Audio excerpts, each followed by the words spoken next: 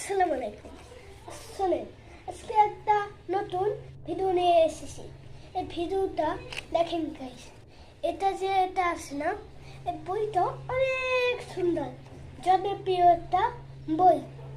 এই বইটা যদি আপনারা কিনতে চান তো আমি কমেন্ট বক্সে দিয়ে দেব।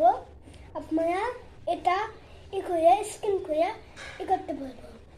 এরপর গাইস, যদি আপনারা